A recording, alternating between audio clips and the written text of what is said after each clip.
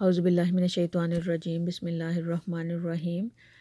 حضرت محمد صلی اللہ علیہ وآلہ وسلم کی طائف سے مکہ واپسی اور موتم بن عدی کا امان۔ حضرت محمد صلی اللہ علیہ وآلہ وسلم جب طائف سے آ رہے تھے تو آپ نے جب نخلہ کی وادی میں قیام کیا، اس کے بعد مکہ میں جانا آپ کے لیے جو بہت مشکل تھا، کیونکہ جو ابو طالب تھے ان کا انتقال ہو چکا تھا، اور ابھی جو سردار تھا وہ ابو لہب بن چکا تھا، اور آپ کے لیے مکہ کی جو سرزمین ہے وہ ابھی محفوظ نہیں رہی تھی۔ تو اس لیے جو زید بن حارثہ ہے انہوں نے پوچھا یا رسول اللہ کہ اب ہم مکہ واپس کیسے جائیں گے؟ تو حضور پاک صلی اللہ علیہ وسلم نے کہا کہ اللہ تعالیٰ جو ہے وہ اپنے رسول کی مدد کریں گے اور اس کے پیغام کو بھی پھیلانے میں مدد کریں گے۔ تو انہوں نے کہا کہ مجھے نہیں پتا کیا ہوگا، لیکن اللہ تعالیٰ ہمیں اکیلا نہیں چھوڑیں گے۔ اب جو حضرت محمد صلی اللہ علیہ وسلم نے الاخنس بن قریش کے پاس کسی کو بھیجا اور اسے کہا کہ مجھے امان چاہیے اور مجھے مکہ میں پروٹیکشن چاہیے۔ تو الاخنس نے کہا کہ میں بڑی کمزور پوزیشن میں ہوں، تو میں اس وقت آپ کی کوئی مدد نہیں کر سکتا۔ بعد میں جو یہ الاخنس ہیں انہوں نے اسلام قبول کر لیا تھا۔ اس کے بعد حضور پاک صلی اللہ علیہ وسلم نے سہیل بن عمر کے پاس کسی کو بھیجا اور اس نے کہا کہ ہم نے کبھی بنو کہف کو پروٹیکشن نہیں دی ہے، تو اس لیے میں آپ کو جو ہے وہ امان نہیں دے سکتا۔ یہ جو سہیل ہیں یہ بھی بعد میں انہوں نے اسلام قبول کر لیا تھا۔ اب حضور پاک صلی اللہ علیہ وآلہ وسلم نے موتم بن عدی کے پاس کسی کو بھیجا، اور موتم بن عدی نے جب آپ کی بات سنی ہے تو اس کے 4 بیٹے تھے، اور اس نے اپنے بیٹوں کو کہا کہ تم لوگ اپنا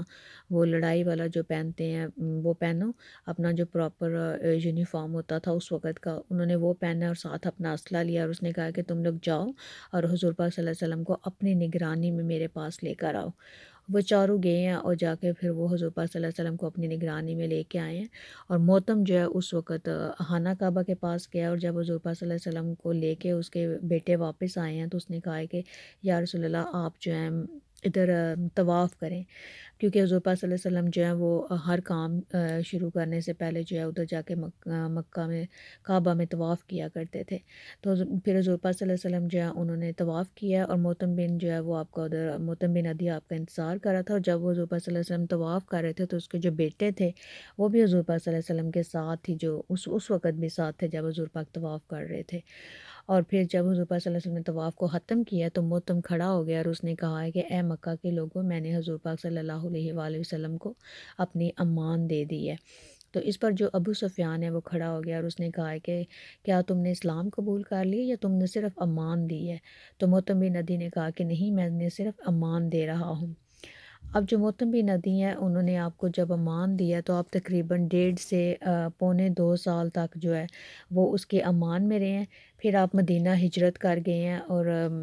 آپ کے ہجرت کرنے کے 1 ماہ بعد جو موتم بن عدی جو ان کا انتقال ہو گیا، اور جب پہلا غزوہ بدر ہوا ہے اور حضرت محمد صلی اللہ علیہ وآلہ وسلم کے پاس 70 لوگ جو ہیں وہ قیدی بن کے آئے ہیں، تو اس وقت حضور پاک صلی اللہ علیہ وآلہ وسلم نے جو تاریخی الفاظ موتم بن عدی کے لیے کہے ہیں وہ تھے کہ اگر موتم زندہ ہوتا اور وہ مجھے کہتا کہ مجھے یہ سارے لوگ واپس کر دیں تو میں سب کو موتم کے حوالے کر دیتا۔ تو اس طرح آپ موتم بن عدی کی امان میں مکہ میں رہے ہیں۔ جب طائف سے واپس آئے ہیں تو آپ تقریباً 1.5 سے پونے 2 سال جو ہیں وہ اس کی امان میں رہے تھے ادھر مکہ شریف میں۔